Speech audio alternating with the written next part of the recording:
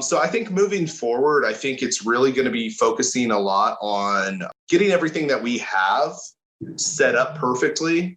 So like I'm implementing the profit first accounting system. I don't know if you've heard of that, but I'm starting to implement that. And I think just buying midterm rentals, short-term rentals, stuff like that, probably not just here in the Midwest in the future. It's probably here pretty soon in the next year or so. Start really looking into some more touristy markets. But yeah, I mean, that's pretty much that, man. It's Hello, you're listening to Ready, Set, Go Real Estate Investing Podcast, presented by Brandon Elliott. This show will be going over all aspects of real estate investing and is intended to educate, motivate, and prepare you to take action on your first or next real estate investment. For more information, please visit BrandonElliottInvestments.com. Thank you for listening and enjoy.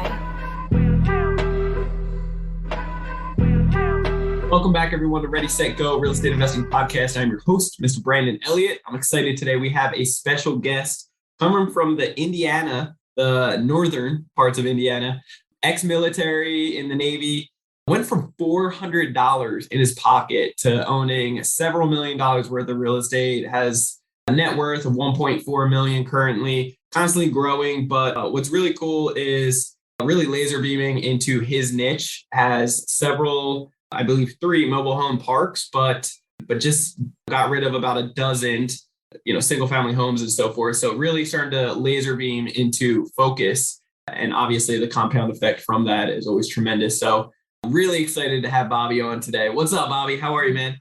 Hey, I'm doing great, man. How are you? I'm blessed, man. I'm super excited to have you on here. So tell me, for anybody out there that doesn't know who you are, where you're from, what you're up to, do you mind just giving that 30,000 foot view? Yeah, sure. My name's Bobby Kline. I've lived in northern Indiana most of my life. I just started investing in real estate about 3.5 years ago. Before that, I was in sales. I worked at restaurants. I worked at like call centers. I did everything and I got fired from all of it. I was terrible. I was like the worst employee ever. I love it, man. Yeah. Now nobody can fire me, so it's good. It's good. Have you done any other entrepreneur stuff before real estate? Dude, I've never done any where you have an LLC type entrepreneur stuff, but I've flipped cars, I've flipped couches. I used to buy donuts in 12 packs when we were in A school in the military. So I'd buy 12 donuts and I'd come in and sell them at $2 a piece to everybody. I've just always had that hustler spirit, I guess. Yeah. This is my first time I've had an actual official company, with tax and all that stuff. Yeah. So why real estate for you? What inspired you? What kind of took you down that path? Honestly, dude, so I grew up dirt poor, right? My family, we were well below the poverty line. And I knew one wealthy person in my entire scope of the world, right? There was one wealthy guy and he owned a bunch of houses. And I was like, man, it seems a whole lot better to have money than to not have money. Yeah. So it's funny because when you're broke and poor, it's the only problems that you really focus on, you could be happy and enjoying life and just but the times that it sucks, it's when the lights going out or cable or not coming up with rent. It's always money related normally, right? Oh yeah, man. When you're poor, the only problem in the world is money. Money. Yeah. I mean, you learn that's not true once you have a little bit of have your money, but but at that time, I was like, man, he owns a bunch of properties. I guess that's what I need to do. It's good though. Once you get the money, you realize that it's not. There's other problems still, but you still definitely want to be on that side. Out of all sides, broken poor, I'd rather be, in a nice car crying than a broken one that I gotta hit with a hammer to get the starter to go. Yeah, the real thing that sucks about poverty is it's all encompassing, right? Sure. There's no facet of your life that isn't affected by your finances, right? Whether, it's your health, it's your relationships, whatever is important to you, a hobby that you love.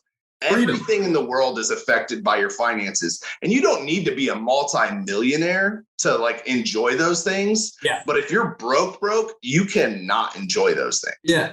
And also, you really can't help out anybody either. It's I love talking about money because it's not that money works, makes the world go round, but it does have everything to do with the everyday living, right? And you can definitely, you can make a bigger impact in people's lives by helping somebody out when they really need it. Yeah, 1,000%. Yeah, you can't give from an empty cup. So, right. But yeah, so I saw that guy and I knew I wanted to be in real estate. And then I spent most of my early 20s partying and then joined the military when I wanted to like straighten up my act and really never did anything with real estate, honestly. And then when I got out of the military, I was working at a factory, like a dead end job. And then I was also like waiting tables at night. Yeah. And I was broke. And I was like, this sucks. Like I was working so hard and I was never going forward. So like, and I mean, I was broke. I was living in my buddy's basement, paying him rent. It was a nice basement, but it's not exciting to bring a girl back to your buddy's basement and be welcome to my humble abode, right? Like, Yeah, so I started, I got an Audible account and I was like, I'm just going to find a book about real estate. I have no idea how to get in.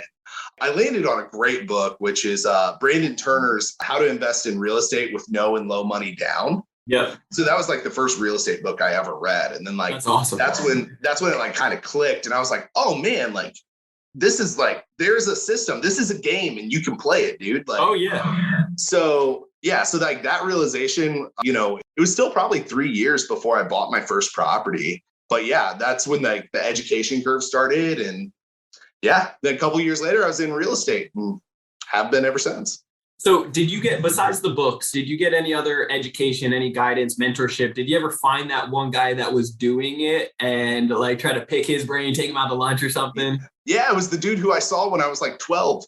I hit him up. I hadn't really talked to him a whole lot in years, but I just hit him up and I was like, hey, I want to do what you're doing. And I started bird dogging for him. Like I said, I'd always been a hustler. So like when he was like, if you find me a house and I'd buy it, like I'll pay you $500, which now that I know about like wholesaling and how that works and what those fees are, $500 was not very much money. Yeah. But it doesn't matter because I started looking at properties. I started learning like, what should I look for in a property? I was learning how to talk to potential sellers, So like I got this huge education. I think I only like actually got like one deal for him, but it was every day I was looking for them. And so just like that, the experience. And the mentorship, the repetition of it and all that, getting my reps in was something that was awesome. But I talked to him and he would give me an education and he's very much like an old school guy who, he's in his 50s now. And he's very wealthy, but he still goes out to the job sites and swings a hammer. That's who he is. That's how he likes to run his business. Yeah. That's what works for him. He certainly doesn't have to at this point, but he likes to do it. That's what he knows. Yeah, that's what he knows. That's what he feels comfortable with. He loves doing it. So, for him, that is freedom, is going out there and doing maintenance. He loves it. So he taught me very much by that standard of like, hey, you're gonna get in there, you're gonna fix it yourself, and we can go through all the problems that there are with that. But if you're broke and starting out, like having someone who can be like, hey, here's how you repair a water heater. Yeah, it's very valuable if you have no money to pay a plumber to come do it for you. That's so good. Yeah.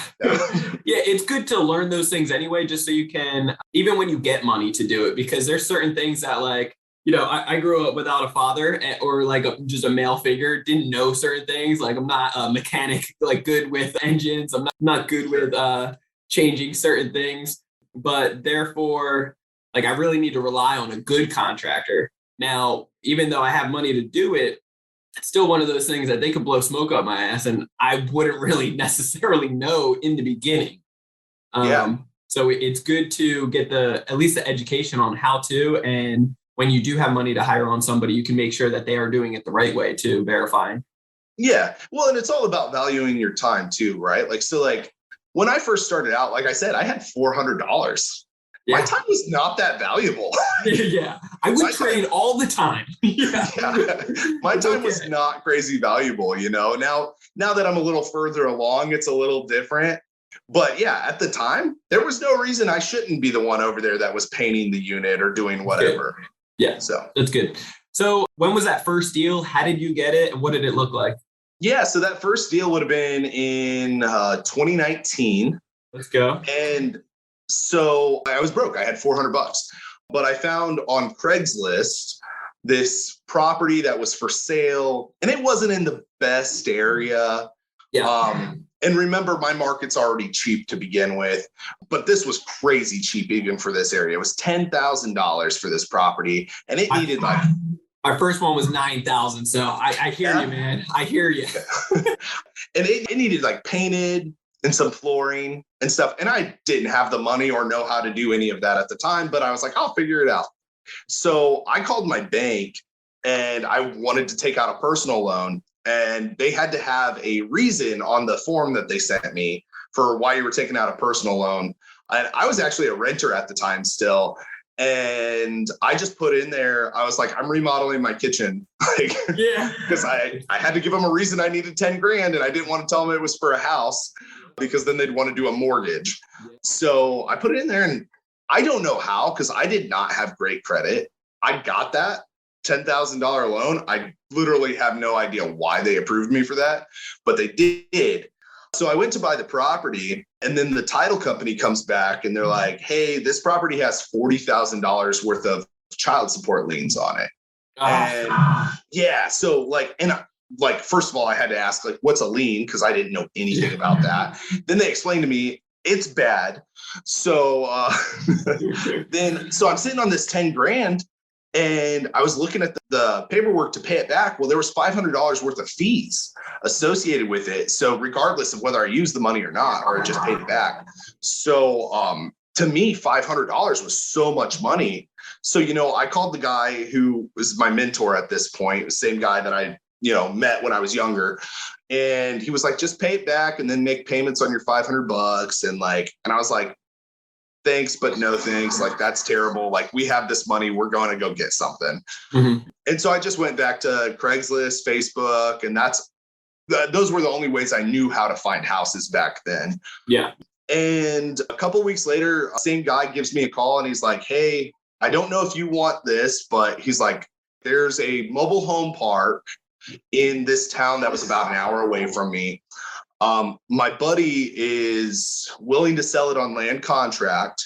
Mm-hmm. He would take $10,000 down, and he would finance the other $285,000. And so I was like, oh, cool. Like, there's an opportunity there, but also it's a mobile home park. Like, I don't know that I necessarily ever saw myself going into mobile home parks. And so I drove out and I saw it. And I mean, this place was, this is a trailer park. I mean, this thing's rough, dude. Like, and it's like half of it's vacant. Like, there's broken glass, like literally like just windows have been broken out and the glass is just like laying on the ground, and like grass has grown over it. Like, it's been there for a while and just nobody cares. Sorry. Yeah. And I mean, it was real rough, but I was looking at it and I was like, I don't know, like, there's 16 units here. Like, it's going to take me years to get to 16 units. Like, so after talking to my mentor and to the guy selling it, and the guy selling it was very competent, very knowledgeable. He had actually sold it off on a contract to another investor who had just run it into the ground. So he made a bad deal, but this guy actually knew his stuff and was, helping me see the vision, right, of where we could go with it. And so I was talking to him and I was just honest. I was like, I'm not a maintenance guy. I don't really have money to hire out all this stuff. And he was like, I tell you what, I'll give you 3 months with no payments, and you just get in there and you fix it up. If at the end of 3 months you don't want it, no harm, no foul, I'll let you walk away from the contract. And He made it real clear I wasn't going to get any money back or anything. He was like, but if you want to walk away. And I was like, well, okay. So overnight, I went from 0 units to 16 trailers, and I was working 5 days a week. So I was off on Tuesdays and Sundays. And so every Tuesday and Sunday for the next 3 months, dude, I was out there learning maintenance, just trying to fix stuff up. What were you doing for work? I was a car salesman. Car salesman. And then What were the numbers again for that deal? So it was a $295,000 purchase price with my $10,000 down. 10K So down. Okay. yeah.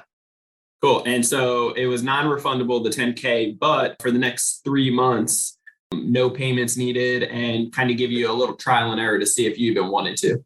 Yeah, exactly. And then what were the monthly payments? Gosh, we've refinanced it since then. So it was around $1,800 a month, somewhere in that ballpark. That's great. And then what were the actual tenants paying at the time? Or like collecting? Well, first of all, most of them weren't paying. Yeah, exactly. Most of them weren't paying, and it was about half full.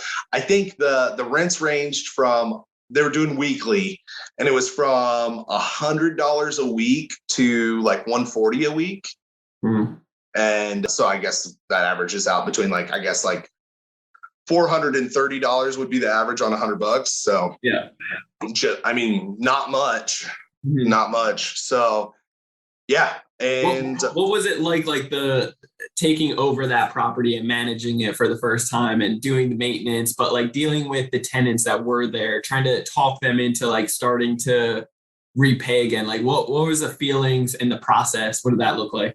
Well, it was intimidating for sure. Your first one?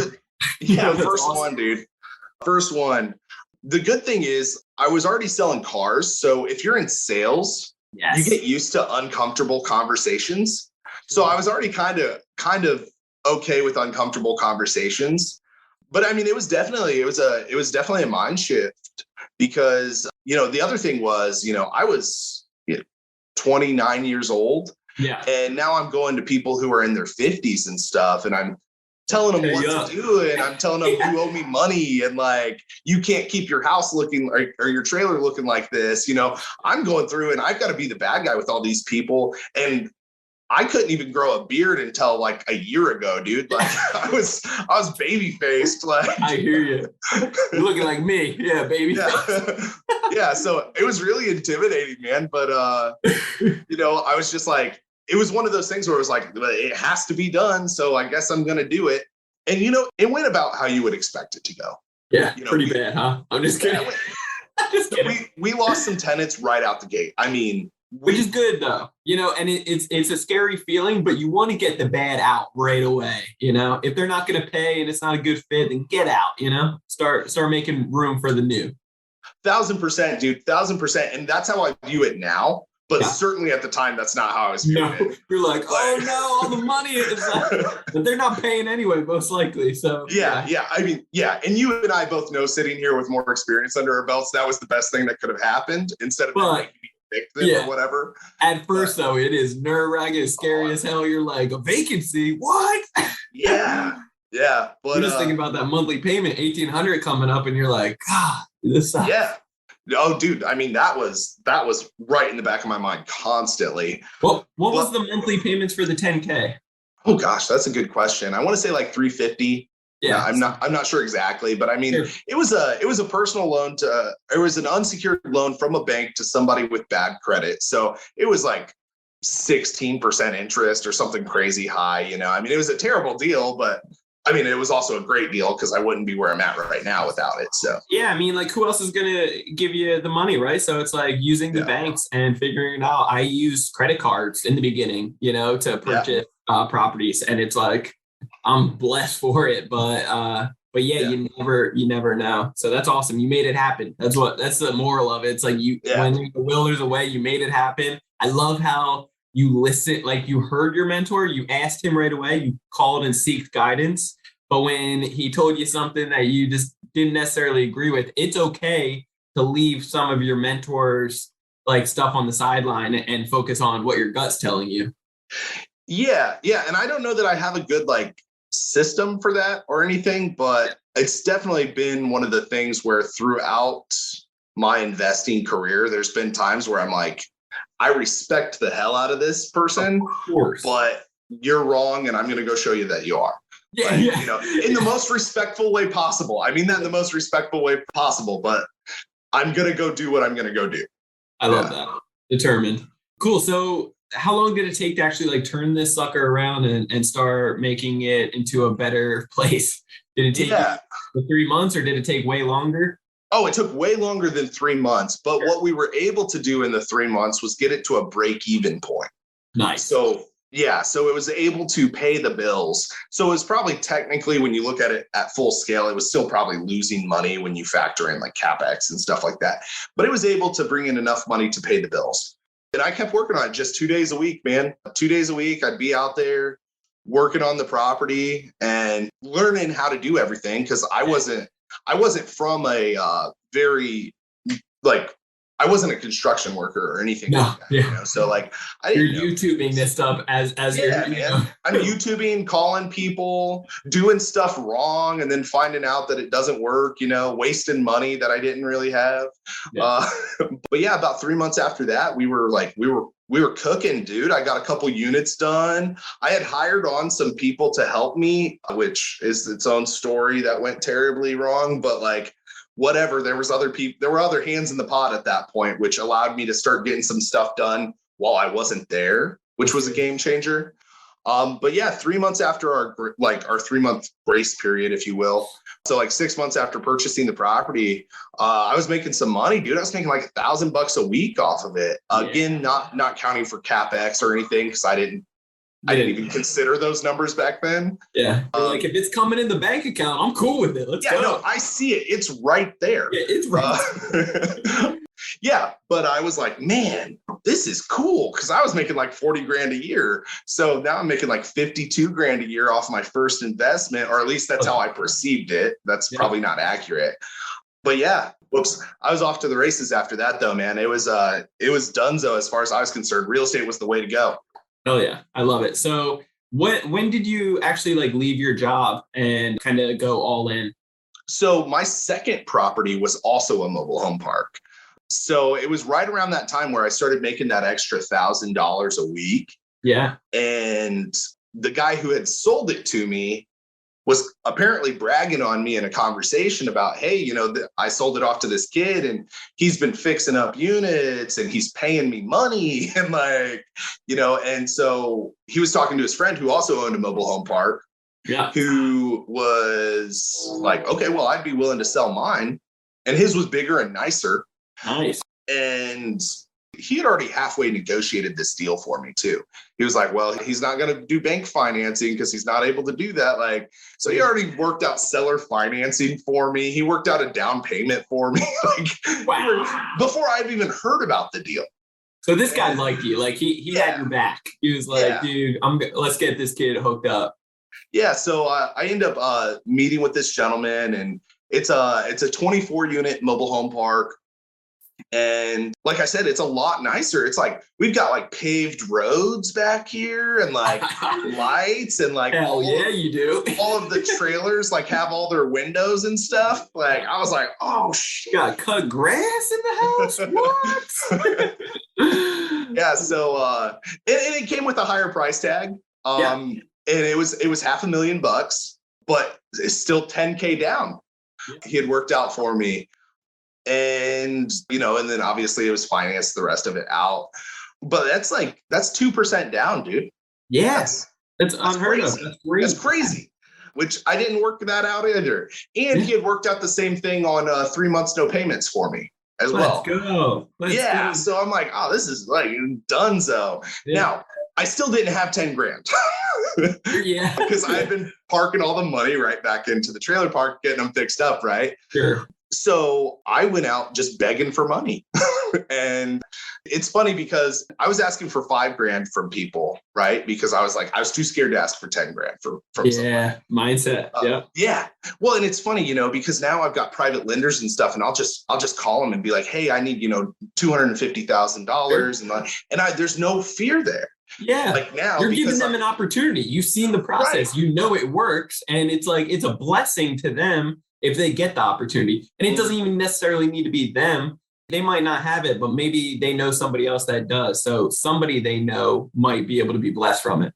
Yeah, man. Yeah. But that $5,000 that I was asking for from people, that was the most intimidating money I've ever asked for. Yeah. I was so in my head about like, oh my gosh, like these people are going to be like, well, you own that. Why don't you have $5,000 and all that? Like literally no one gave me any crap at all other than myself.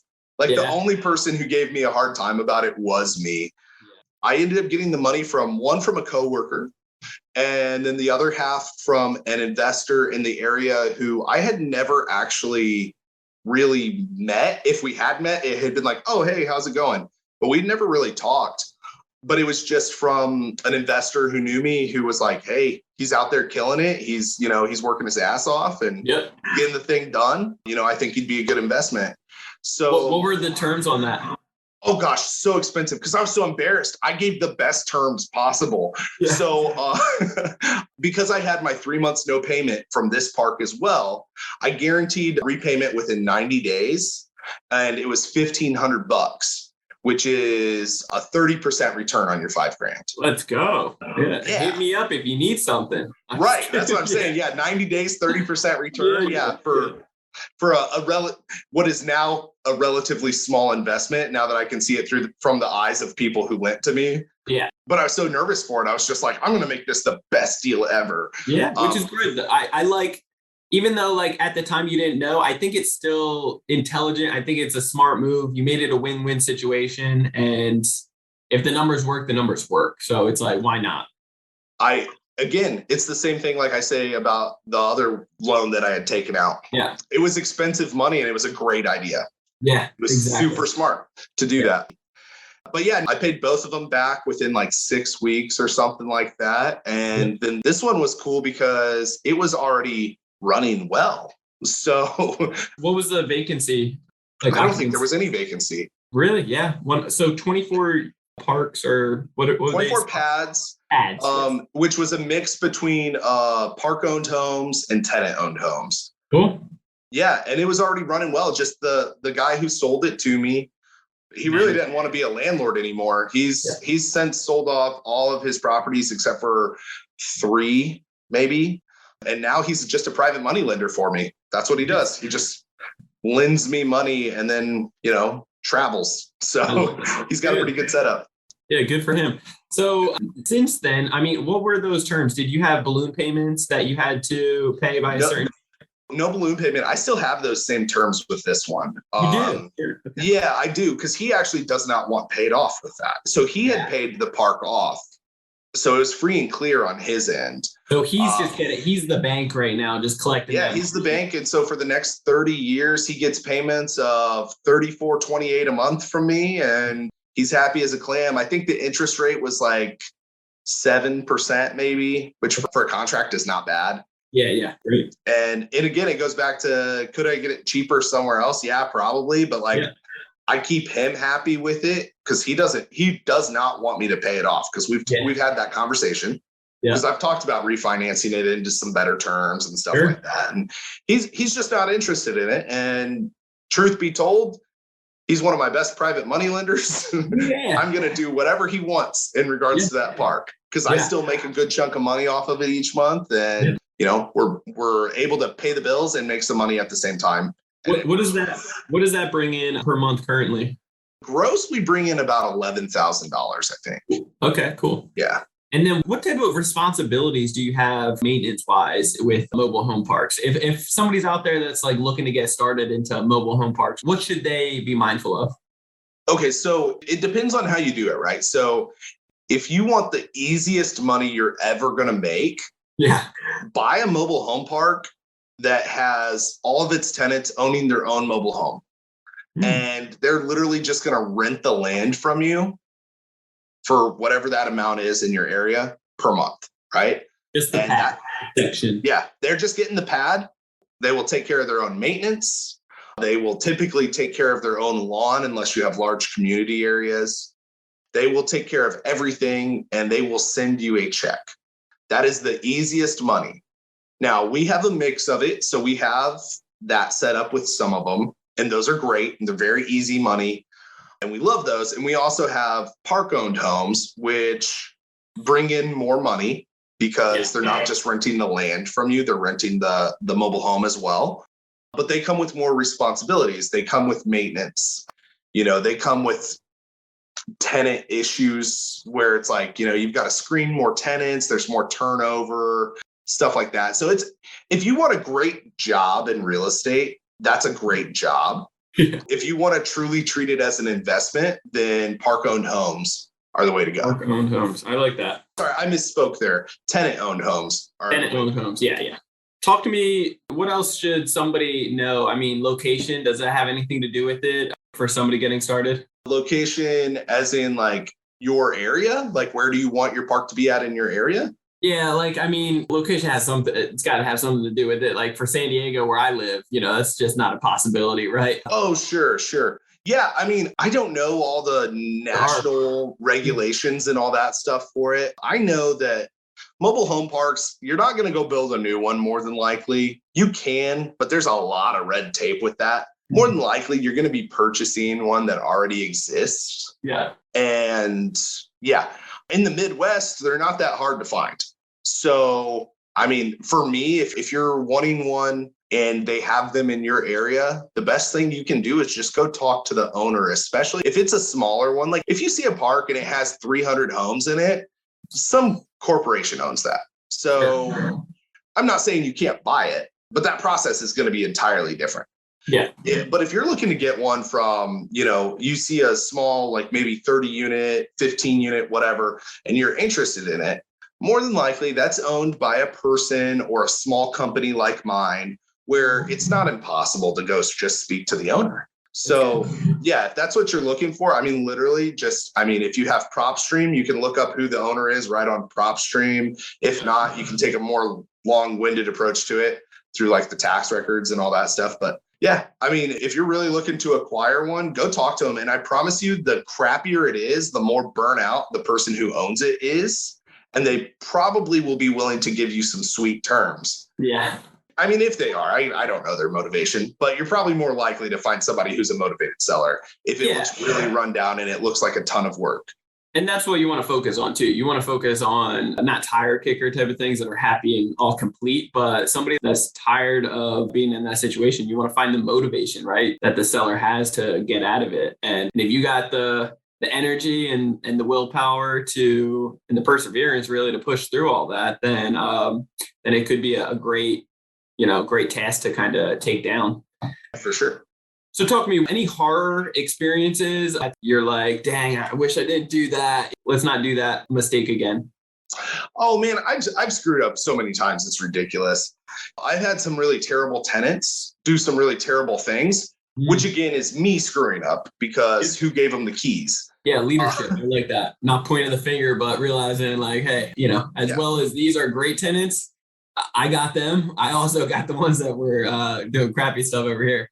Yep, absolutely, man. Absolutely. And if you want to crash course in ownership, buy a mobile home park, because if you start making excuses about stuff, you're not going to make it. Yeah. Like, you got to really just take ownership of what's going on in those.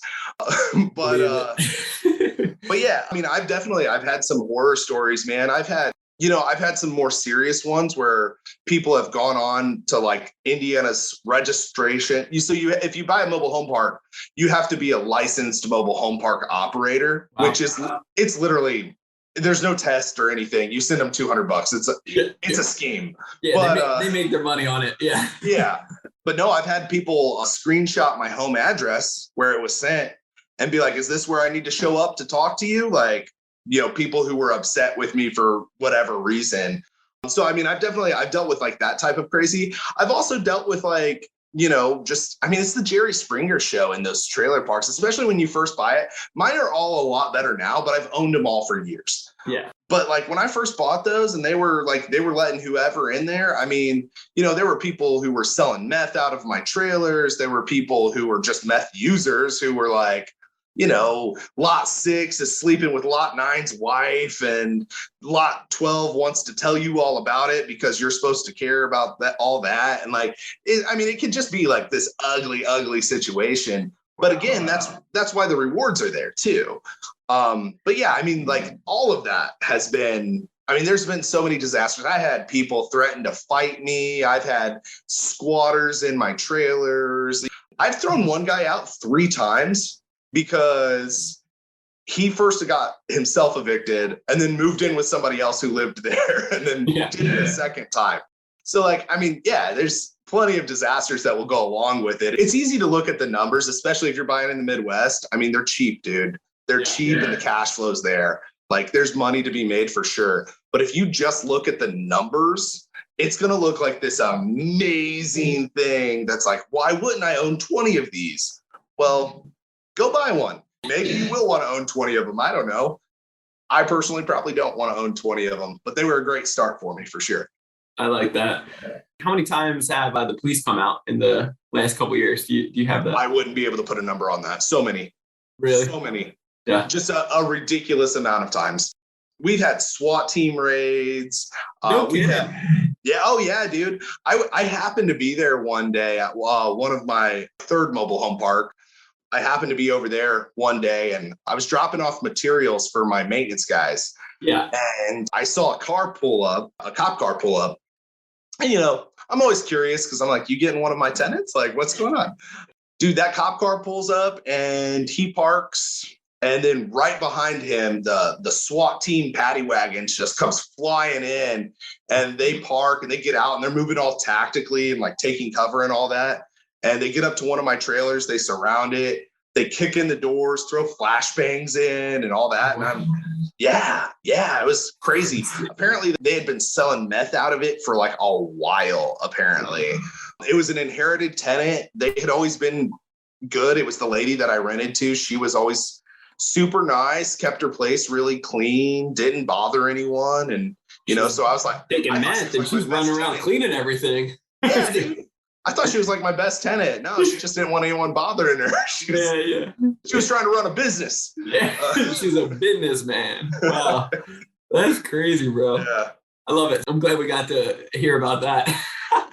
But tell me, what does the future look like for you? Like, what are you looking to accomplish? Because you just mentioned that, somebody out there might want to get a ton more of these. You got 3 mobile home parks right now. How many units is that? Between the 16, 24, and what else? And the other one is 12. So, cool, man. Yeah. So, I don't know, roughly 50. Yeah. But as far as what the future looks like, so I also own short and midterm rentals. Yeah. I really like that a lot. Yeah. So we're doing like traveling nurses and stuff like that mostly is what we're housing. We don't have like a tourist market out here. So it's traveling professionals. But dude, I really like that. First of all, it's cool because we get to actually do some high-end stuff, which is always fun. But obviously the money's really good with that too. I still own like some regular long-term rentals too. But I don't think obviously if the best deal in the world shows up in my lap, it's not that I'm not going to buy it, but I'm not actively out there seeking those opportunities right now. Sure. So I think moving forward, I think it's really going to be focusing a lot on getting everything that we have set up perfectly. So like I'm implementing the profit first accounting system. I don't know if you've heard of that, but I'm starting to implement that. And I think just buying midterm rentals, short-term rentals, stuff like that, probably not just here in the Midwest in the future. It's probably here pretty soon in the next year or so. Start really looking into some more touristy markets. But that's pretty much that, man. I'm very open to what the experience will bring in itself, if that makes sense. I have a pretty good setup as of right now. I'm making a pretty solid living and really just trying to focus more on stuff, obviously that makes money, but stuff that really like gets me excited, Yeah. Follow your heart, follow your passion. Yeah. Bobby, how can people get a hold of you? You can hit me up on Facebook, Bobby Kline. Instagram's probably better, Bobby Kline 89. I also have a podcast. You can follow us, Real Estate Disasters Podcast. You can find it on wherever you're watching this. And other than that, you can email me, bobby@klineinvestments.com. Love it. Awesome. You guys heard it here first. Bobby, I appreciate you so much, man. It was great connecting with you more and just really being able to hear your story, the good, the bad, the ugly, and everything in between. So you just gave about an hour of your time. Anything that the listeners or myself could do to give back to you? You know what? Just if you got any value out of this, do your best to help somebody else. Ooh, that's good, man. That's good. I love it. Yeah, I appreciate where your heart's at, man. That's awesome. Guys, if you want to reach out to me, you can always do so on Instagram. It is Brandon Elliott Investments. Otherwise, Facebook.com/Brandon Elliott Investor. And if you are looking for done for you services for credit repair only, then that would be creditrepairmobile.com. Otherwise, if you really want to be educated on how the banks and lenders are judging you, learning how to fix credit faster than anyone in the industry, a couple hours up to 10 days, and then simply getting as much funding from the banks, just like Bobby here and myself, being able to take money from the banks, get it at 0% interest though, be smarter than both of us combined, and be able to put it to work, get several 6 figures, even 7 figures in funding on business side of credit and personal, and then just be able to put it to work, leverage it, purchase properties like we have with credit, e-com stores, grow your businesses, and really be able to scale. So if you're looking for any information on that, you can check out creditcounselelite.com. That's www.creditcounselelite.com, and would be happy to serve you there. Make sure you hit that subscribe button so you get the newest notification every single Monday for this podcast for Ready, Set, Go Real Estate Investing. I love you guys all so much. We'll see you on the next one. Till next time, guys. God bless. This has been another episode of Ready, Set, Go Real Estate Investing Podcast, brought to you by Brandon Elliott. For more information, please visit BrandonElliottInvestments.com. Also, please don't forget to like, share, and leave a comment below. Thanks again for joining. Until next time, God bless.